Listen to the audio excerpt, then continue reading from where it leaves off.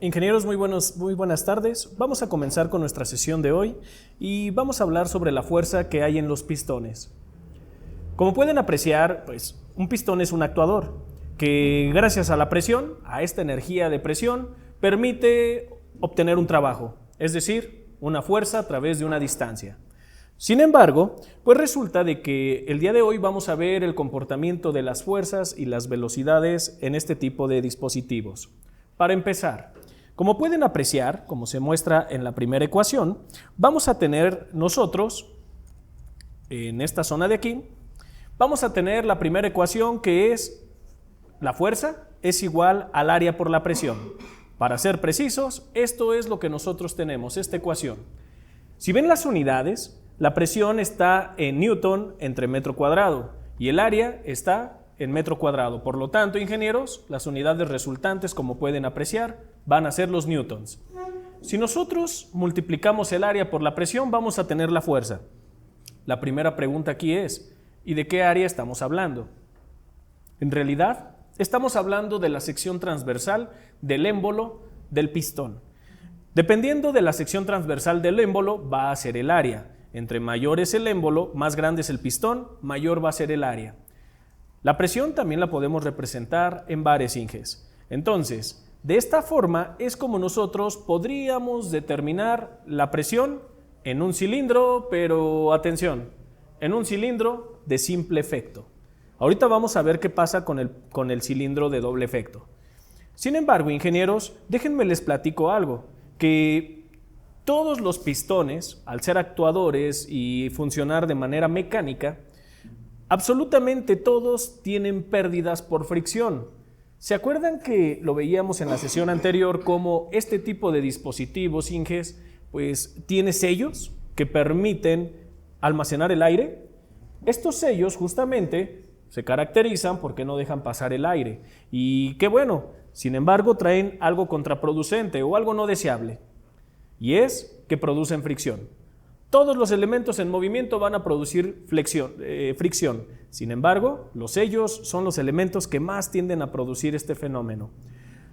Como la fricción es una pérdida de energía, ingenieros, y por definición, podríamos decir que la fricción es una fuerza que se opone al movimiento, muchachos, entonces eso quiere decir que la fricción nos va a restar fuerza. De tal forma que si nosotros sacamos la fuerza teórica del pistón, vamos a obtener una fuerza. Pero dicen los que saben que bajo condiciones normales, es decir, a una presión de 4 a 8 bares, que es con lo que generalmente se tiende a trabajar en la neumática, el 10% de la fuerza es una fuerza que se está oponiendo y que se conoce como fuerza de fricción. Por eso es que esto que nosotros tenemos aquí como FTH, ingenieros, se le conoce como fuerza teórica. ¿Por qué? Porque no está involucrando esas pérdidas de energía por fricción. Sin embargo, si de eso se trata, vean aquí, ingenieros, cómo ahora sí vamos a tener algo que se conoce como fuerza efectiva. Y justamente, Inges, la fuerza efectiva es la fuerza con la que va a salir el pistón. ¿De qué depende esta fuerza efectiva? Nuevamente, depende del área por la presión, lo que acabamos de mencionar. Pero, ¿qué cambia entre la fuerza efectiva y la fuerza teórica del pistón? Lo que cambia, ingenieros, es que en la fuerza efectiva, vean cómo nosotros estamos considerando las pérdidas por fricción. FR, ingenieros, como pueden apreciar, es justamente la fuerza de fricción, mientras que F, con su índice F, es la fuerza de retorno del resorte. Interesante. A ver, como ustedes recordarán, la fuerza de fricción es el 10% de la fuerza teórica. Esta es la fuerza teórica. Entonces, vamos a restar la fuerza de fricción, pero además, ¿se acuerdan que cuando activamos un pistón de simple efecto, tiene un muelle interno, un resorte? En el momento en el que se activa, ese resorte tiende a comprimirse, pero cuando tiende a comprimirse el resorte, está ejerciendo una fuerza de reacción y justamente esa fuerza de reacción a tender a estar en su forma no deformada, entonces, Inges, ejerce una fuerza este resorte. Claro, esta fuerza del resorte no aparece en los pistones de doble efecto, pero aparece otro fenómeno que vamos a ver más adelante. Entonces, ingenieros, en realidad, si ustedes quieren calcular teóricamente, o mejor dicho, la fuerza efectiva, acuérdense de restarle a la fuerza teórica estos dos términos. Sin embargo, Inges, observen ustedes, pues resulta de que nosotros en un pistón o en un cilindro de doble efecto, aquí pasa algo interesante. ¿Y qué es? Cuando sale la carrera de salida, ingenieros, pues, o más bien cuando sale, ¿qué pasa? Es área por presión. Esto es la fuerza y hasta ahorita eso es la fuerza teórica. Sin embargo, vamos a tener que es menos FR, menos la fuerza de fricción.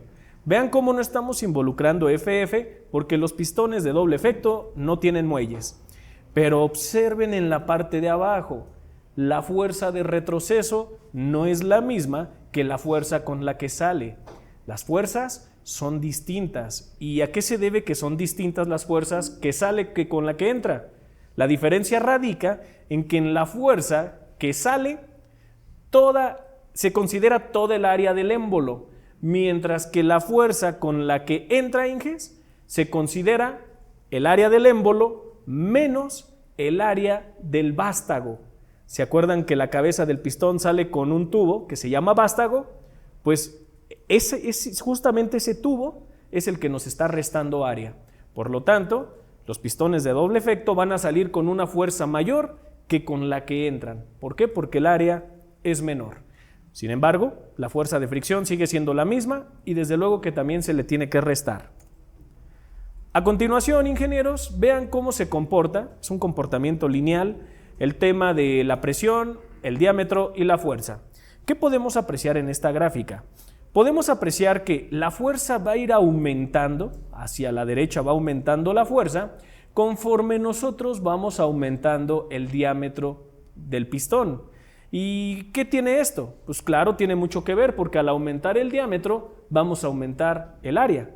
Y como acabamos de ver, pues justamente el área es directamente proporcional a la fuerza. Por lo tanto, si nosotros aumentamos el área, vamos a tener mayor fuerza. No obstante, vean ustedes también cómo a mayores presiones, entre mayor sea la presión, también claro, va a ser mayor la fuerza. ¿Por qué? Porque nuevamente lo repetimos, tanto el área como la presión es directamente proporcional a la fuerza. Y aquí lo podemos apreciar. La proporcionalidad, en este caso, es totalmente lineal. Por otro lado, ingenieros, tenemos las velocidades de un pistón. ¿Y qué pasa? Que generalmente las velocidades de un pistón convencional van de 0.1 a 1.5 metros sobre segundo. Cuando nosotros tenemos un pistón que sale a velocidades más altas del 1.5 metros sobre segundo más o menos, pues en realidad, Inges, podríamos decir que podría considerarse como un pistón de impacto. Y estos pistones de impacto pueden alcanzar velocidades más o menos de 10 metros sobre segundo. Son velocidades relativamente altas. Sin embargo, la velocidad de estos pistones depende de muchas variables, no nada más de una, no nada más de la presión. Depende, ingenieros, de la presión, de la longitud del cilindro, de la sección transversal del cilindro, del flujo de aire que se esté manejando, que va muy relacionado con la presión, y de algunos elementos de control. ¿A qué nos referimos? Cada elemento de control, puede ser una válvula, puede ser una electroválvula, nos genera pérdidas en tuberías, y entre más elementos de control y dependiendo su naturaleza, vamos a perder presión, y esto va a impactar directamente en la velocidad de activación del pistón. ¿Qué podemos apreciar entonces de esta gráfica que se muestra a continuación, Inges? Algo que se puede apreciar es lo siguiente, que mientras el diámetro vaya aumentando, Inges, ¿qué va pasando con la velocidad? A mayores diámetros vamos a tener velocidades de activación más bajas. Sin embargo, cuando nosotros tenemos válvulas de accionamiento rápido que están, digamos, sobredimensionadas, es decir, que podemos meter caudales adicionales, vean cómo es cuando nosotros podemos alcanzar velocidades máximas de esta forma. Ahora, Inges, otra cosa también muy importante. El consumo de aire es importante también determinarlo. Lo costoso de una instalación neumática, aparte de la infraestructura, es el generar el aire. La industria que se dedica a hacer este tipo de dispositivos se esfuerza para generar dispositivos más eficientes. ¿A qué nos referimos con más eficientes? A dispositivos que trabajen con presiones menores, pero que nos den el mismo desempeño que otros que trabajan con presiones mayores. De esta manera se ve reflejado en ahorros en una empresa. ¿Por qué? Porque como ya lo vimos en unidades anteriores, el aire se tiene que generar y debe de tener ciertas características. El detalle radica en que para generar el aire se generan costos. Y créanme, mantener un compresor puede llegar a ser costoso, ingenieros. Por lo tanto, entre menos aire se utilice, menos se va a activar el compresor y por lo tanto vamos a poder ahorrar en energía eléctrica, que generalmente trabajan con este tipo de energía. El consumo de aire se tiende a dar en litros entre minuto, es decir, a esto se le llama caudal. Sin embargo, ingenieros, depende de unos ciertos factores dependiendo de las características del cilindro. Por ejemplo, va a depender de la carrera del cilindro. La carrera, recuerden que es la longitud útil del cilindro. Sin embargo, también va a depender del número de carreras que se estén efectuando por minuto y también pues vamos a tener que obtener el consumo de aire por carrera. De tal manera, ingenieros, que el consumo de aire por carrera multiplicado por el número de carreras por minuto, multiplicado por la carrera y multiplicado por 2, porque justamente entra y sale, pues nos va a dar el consumo de aire. Y van a decir, profesor, ¿y para qué nos sirve el consumo de aire en sí? Bueno, cuando ustedes van a empezar a hacer una instalación desde cero, va a ser necesario que ustedes hagan el cálculo del consumo de aire que van a requerir para de esa forma adecuar un compresor, que no quede sobrado, pero que tampoco vaya a faltar, para hacer la selección de un compresor de manera óptima. Y entonces, Inges, hay otra cosa que también se debe de considerar en el consumo de aire, y es justamente el aire que se almacena en las zonas que se podrían llamar zonas muertas. ¿Cuáles son las zonas muertas? Las zonas que no están directamente en contacto con las partes móviles del pistón. Por ejemplo, las tuberías de entrada. Esas tuberías de entrada se quedan a veces con aire. ¿Y qué creen? Pues que al final de cuentas, ese aire pues también se está generando y lo debemos de incluir en el consumo.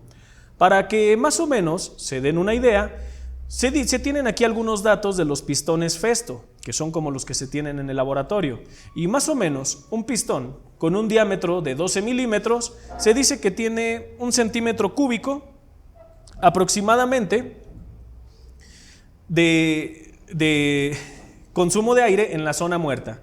Sin embargo, ingenieros, observen ustedes cómo podemos, conforme va aumentando el pistón o el diámetro del pistón, pues justamente va aumentando el consumo de aire en estas zonas muertas. Y esto sin contar que también en la zona donde están las carreras, también va aumentando. Entonces, ingenieros, con esto ya sabemos más o menos cómo calcular la fuerza y la velocidad en un pistón. Y ahora ha llegado el momento de poner en práctica en el laboratorio esto aprendido.